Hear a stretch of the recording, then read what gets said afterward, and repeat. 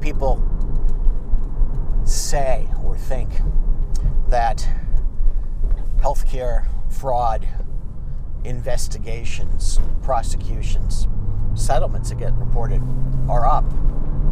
Is this anecdotal or what? Well, according to a report released early in April 2018 concerning 2017 healthcare enforcement actions by the federal government.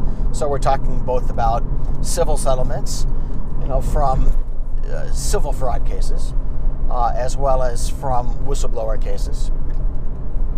In other words, cases brought either by the government itself or cases brought as a result of whistleblowers, as well as a result of fines and penalties that were collected following criminal prosecution.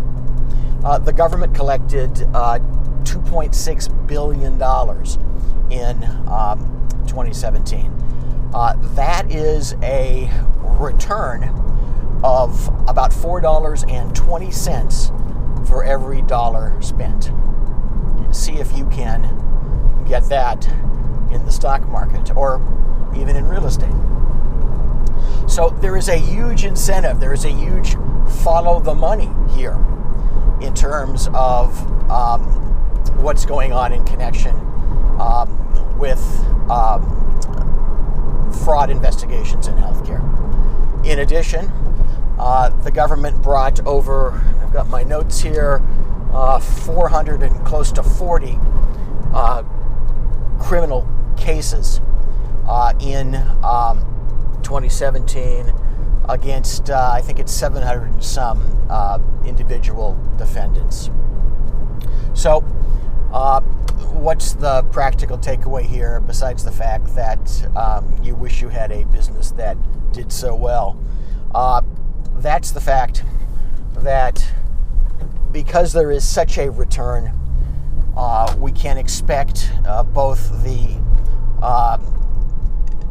number of civil actions filed in connection with healthcare fraud and the number of criminal prosecutions to continue to rise.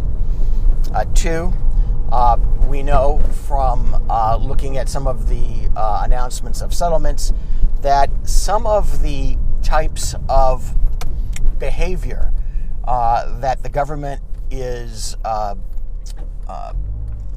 prosecuting, whether we're talking about prosecuting in a criminal sense or prosecuting truly criminally, are what many people in healthcare would say are sort of normal practices. I'm putting that normal in my air quotes here.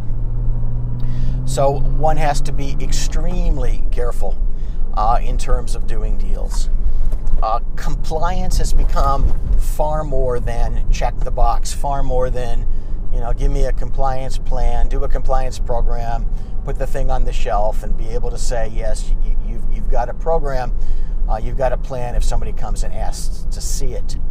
That's because simply the cost of being involved in an investigation could be bank busting for almost any healthcare provider, spending hundreds of thousands of dollars to millions in connection with a civil defense, certainly in connection with a criminal defense, is the end of many healthcare businesses except for the largest.